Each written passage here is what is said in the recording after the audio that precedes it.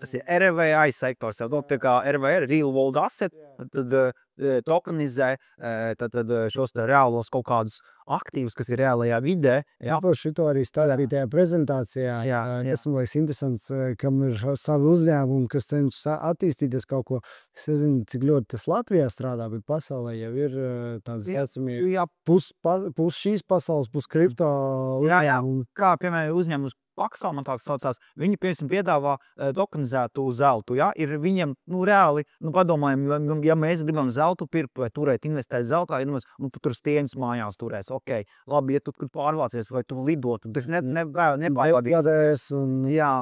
Tā tu tokenizē uzņēmums Paxo, tagad negribu iegūlēt, paskatīties Paxo uzņēmums, viņi tad tokenizē šo te zeltu, viņiem ir tad savs zelts uz īstu nodrošinājumu, viņi dod un viņi ļauj cilvēkam tā kā iegādāties zeltu, ja realitātē neturēt mājās vai bankā viņu.